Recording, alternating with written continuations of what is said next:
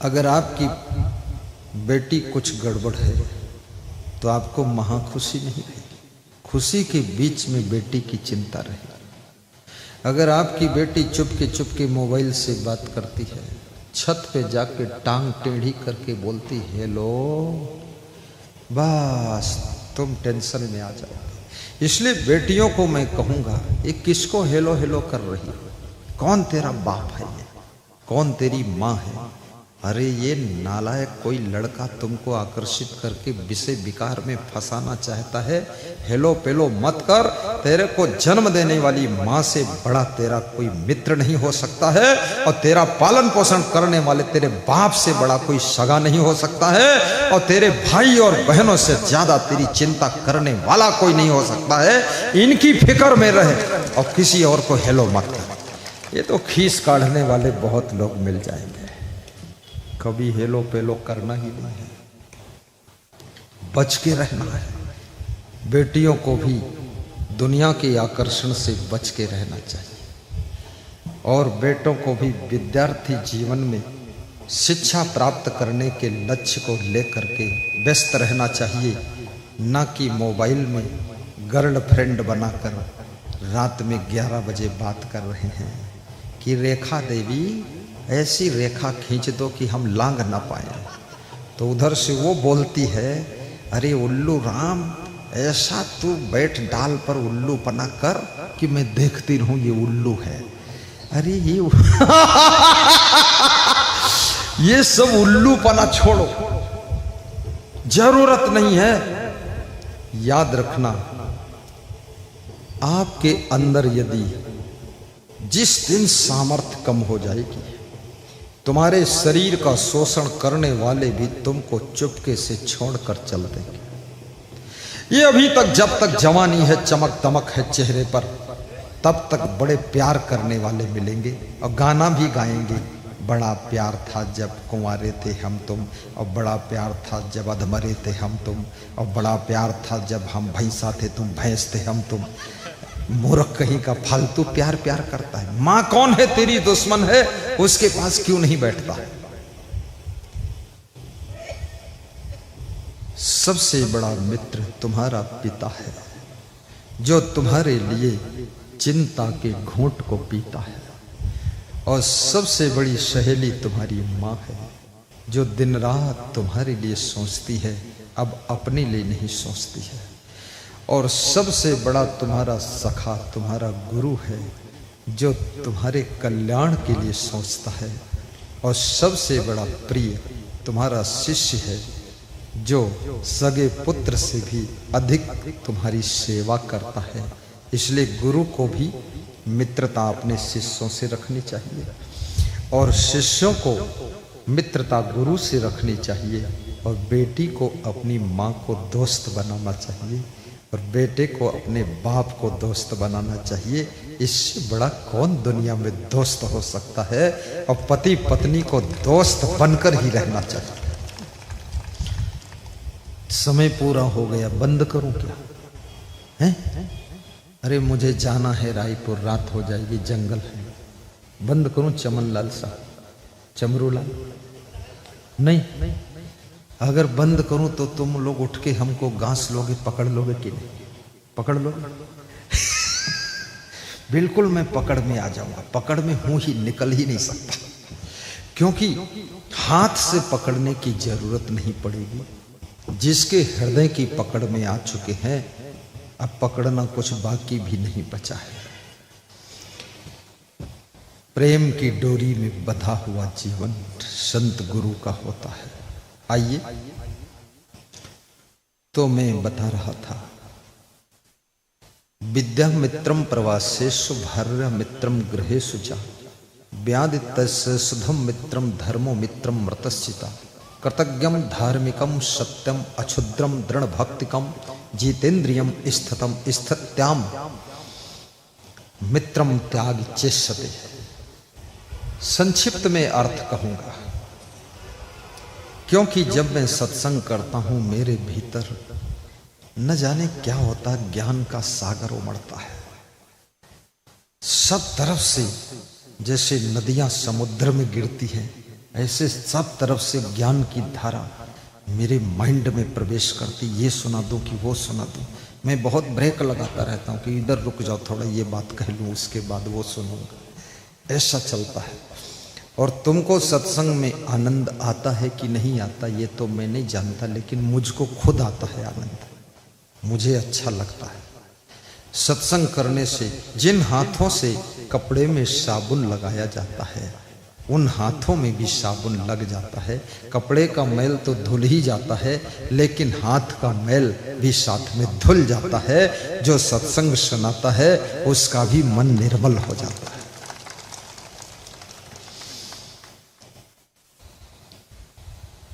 विद्या मित्रम प्रवासेषु भार्या मित्रम गृहेषु च। विदेश में जब तुम जाओगे तो तुम्हारा मित्र तुम्हारी विद्या है।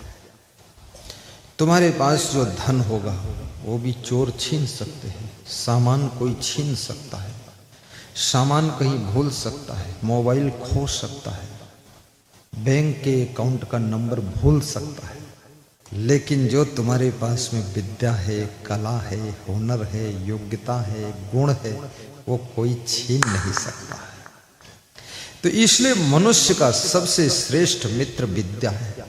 और विद्या की प्राप्ति बचपन में होती है। बचपन विद्या धन इकट्ठा करने के लिए, और जवानी नोटों का धन, रुपयों का धन इकट्ठा करने के लिए, और बुढ़ापा किस लिए है जानते हो?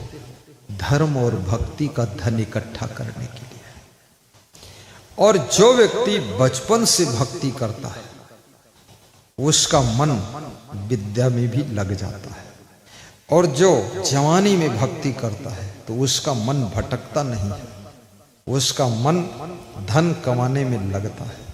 नहीं तो जवानी में मन भटक जाता है। जवानी हो, स्वतंत्रता हो, कुसंग हो और धन भी हो, पतन में कोई साधन की कमी नहीं रह जाती। अकेलापन हो, खूब धन हो और जवानी हो, स्वतंत्रता हो, कुसंग हो, वो व्यक्ति गिर जाएगा। इसलिए साधु को भी पर्सनल धन अपना इकट्ठा नहीं करना चाहिए। जिन साधुओं के पास में व्यक्तिगत धन इकट्ठा हुआ तो वे सोचते हैं अभी धन का क्या करूं, तो वे कोई न कोई लुगाई लेकर आते हैं। लुगाई समझते हो? लुगाई, बधाई हो साहब की, लुगाई आ गई है, बधाई हो। इसलिए धन संस्था का रखिए, धन ट्रस्ट का रखिए। मेरे पास में 1 रुपया धन नहीं रहता है, सब संस्था का।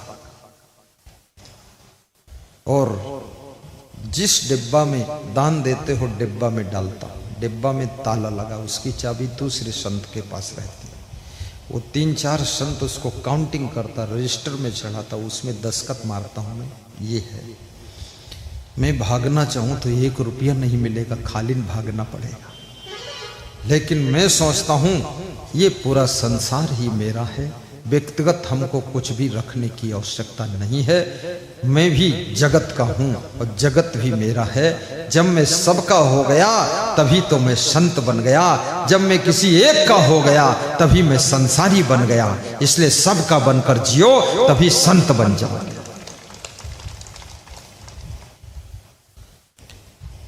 हमने अपने संतों को भी संगठित किया है, इनका भी अलग थलग मामला नहीं रखा कि सभी संत का दक्षिणा एक साथ रखो, ताकि तुम लोगों को कोई व्यवस्था बनानी है तो सबकी दक्षिणा से इकट्ठा हो जाए, काम हो जाए। अलग अलग रखने नहीं दूंगा, जो अलग रखेगा उसको अलग ही कर दूंगा पूरा, यहाँ रहना ही नहीं फालतू। क्योंकि जब मुझे इतना दान मिलता मैं अलग नहीं रखता, तो तुम ये 1 रुपया अलग लिए घूम रहे हो, फालतू बांसुरी बजाते हो। निकलो बाहर, यहां जरूरत नहीं बेईमान की। अनुशासन अलग हम रखकर करेंगे क्या? किसको हमें देना है, क्या करना? मुझे तो 2 ही काम करना है, बस संतों की सेवा हो जाए और भक्तों की सुविधा हो जाए, धर्म प्रचार हो जाए, जन जन में भक्ति प्रकट हो जाए और तो मेरा कोई लक्ष्य ही नहीं है, न चाय पीना है, न होटल में तो मैं पानी भी नहीं पीना, और कहीं कचौड़ी पकौड़ी समोसा खाना नहीं। हमको यही कपड़ा सफ़ेद पहनना है और हमें बड़ा सुख मिला इसमें। सुख तभी मिलेगा जब मन इंद्रियां बस में होंगी, और यदि मन इंद्रियों के बस में तुम हो गए तो पूरा दुख भोगोगे। इसलिए मन को, साध्वी को भी अपना मन बस में रखना चाहिए और पुरुष साधु से थोड़ा दूर ही रहना चाहिए। साध्वी और साधु दोनों में दूरी होना आवश्यक है, तभी त्याग और वैराग की रक्षा हो जाएगी। नारी पुरुष दो होय त्यागी, तदप रक्षिए जिम तृण यागी। स्त्री पुरुष दोनों त्यागी हो, फिर भी उनकी रक्षा तभी हो सकती है जब आग और फूस को अलग अलग रखोगे, तभी जलने से बचेंगे। अगर एक साथ रख दोगे तो धूं धूं धूं धूं करके एक दिन धुआंधार हो जाएगा। इसलिए स्त्री जो साध्वी बनती है उसको भी पुरुष साधु से दूर रहो। स्त्रियों की चेतना को जागृत करो, और पुरुष जो साधु बनता वो साध्वियों से दूर रहे।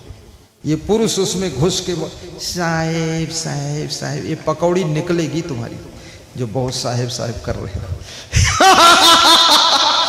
मैं तो बड़ा खतरनाक संत हूं, खुल्लम खुल्ला बोल देता और सीधे बता देता।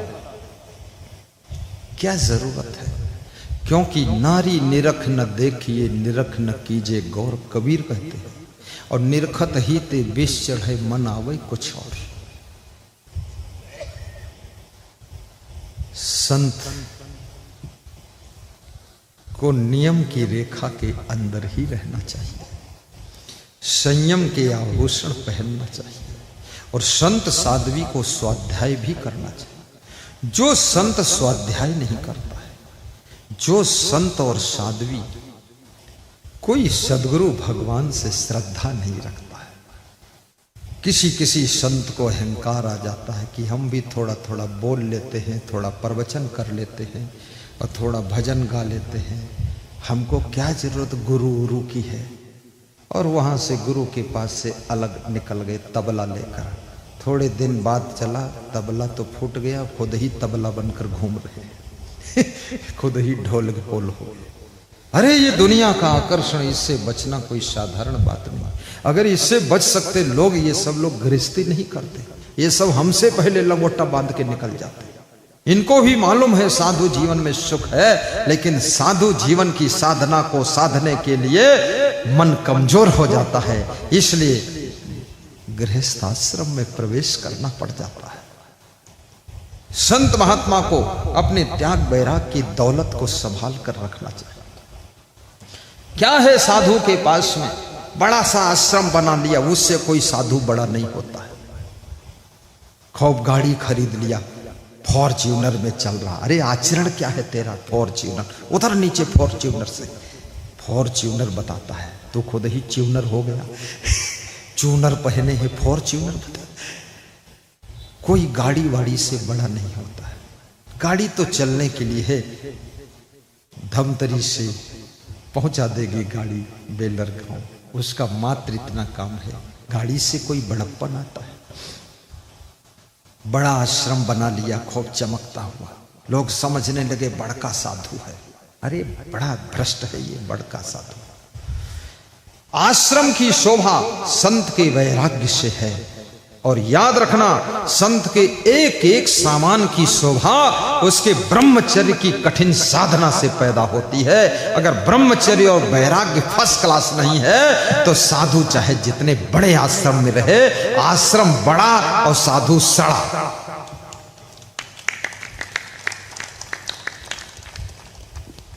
मैं प्रेम सबसे करता हूं, सबसे भाव रखता हूं, लेकिन मैं सावधान बहुत रहता हूं, दूरी बनाकर रहता हूं। मैं सब संत साध्वी को मानता हूं, सबको दान दक्षिणा भी दे देता हूं, हाथ जोड़ देता हूं, लेकिन हम बच के दूर रहते, दूर रहो। क्योंकि मन का क्या ठिकाना कहाँ गिर जाए। अभी वो भजन गा रहा था शिव कुमार कि गुरु जी हमको उठाना मुझे और अब ना गिराना मुझे, और क्या क्या बता रहा था, सही जगह बिठाना मुझे और भोजन ठीक ठाक खिलाना मुझे, और अच्छी रजाई में सुलाना मुझे, और फिर से गुरुजी आना मुझे भी बुलाना मुझे। ऐसे गा रहा था। कहाँ है वो गाने वाला शिव कुमार? हाँ, जाने दो उसको। वैराग्य ही मेरी दौलत है, और क्या है। गुरु मेरी दुनिया, गुरु मेरी दौलत। गुरु के बिना महान गुरु मिल जाए, भगवान से बढ़कर महान गुरु होता है। भगवान भी तो भोग में पड़ा हुआ है, लेकिन गुरु सदगुरु वह है जो भोग के बाहर निकलकर कमल का फूल बन करके सबके जिंदगी को धन्य कर रहा है। वो सदगुरु भगवान है, ये साधारण नहीं। आइए, तो नागार्जुन संत नगर से बाहर सोने के कटोरा में भिक्षा लेकर जा रहा है। मैं एक श्लोक सुना रहा था, उसका थोड़ा बता देता हूं। विद्यामित्रम परवासिस। इसलिए हर बेटा और बेटी को सोचना चाहिए, हर नर नारी को विचार करना चाहिए कि मेरा मित्र विद्या है। विद्यार्थी को विद्या पढ़ने में मन लगाना चाहिए। और कबीर मन तो एक है, चाहे जहां लगाओ, चाहे गुरु की भक्ति करो, चाहे विषय का हो। हे विद्यार्थियों, यदि तुम अपना छोटा सा मन मोबाइल में लगाओगे तो विद्या अध्ययन में तुम्हारे मार्क कम हो जाएंगे। हे विद्यार्थियों, यदि तुम अपना मन गर्लफ्रेंड और बॉयफ्रेंड में लगाओगे तो तुम्हारे मार्क जो 99% आने थे वे केवल 60% ही आएंगे। हे विद्यार्थियों, यदि अपना मन ज्यादा मित्र मंडली में लगाओगे तो तुम्हारी क्वालिटी कम हो जाएगी। विद्यार्थी को क्रोध भी नहीं करना चाहिए। कितने माता पिता की शिकायत है कि हमारा बेटा गुस्सा बहुत करता है। ये गुस्सा क्यों आती है?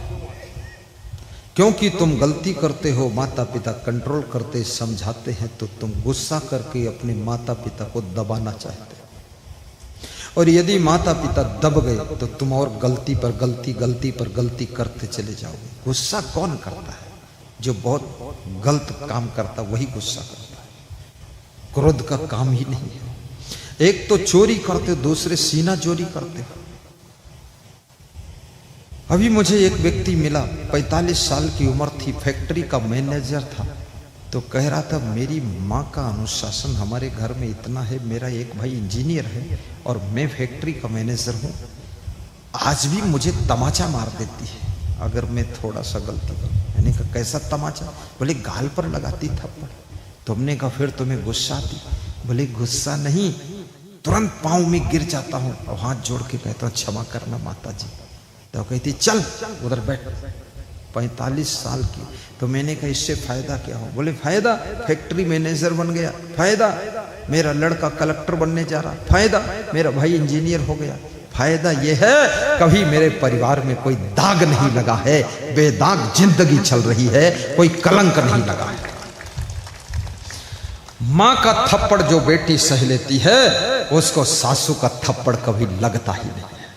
जो कि मां की डांट डपट को बेटी सह लेती है वो ससुराल में कभी डांटी ही नहीं जाती है। और जो बेटा अपने बाप की डपट को सह लेता है वो बाहर दुनिया में कहीं घूम ले उसको कोई डपटने वाला मिलता ही नहीं।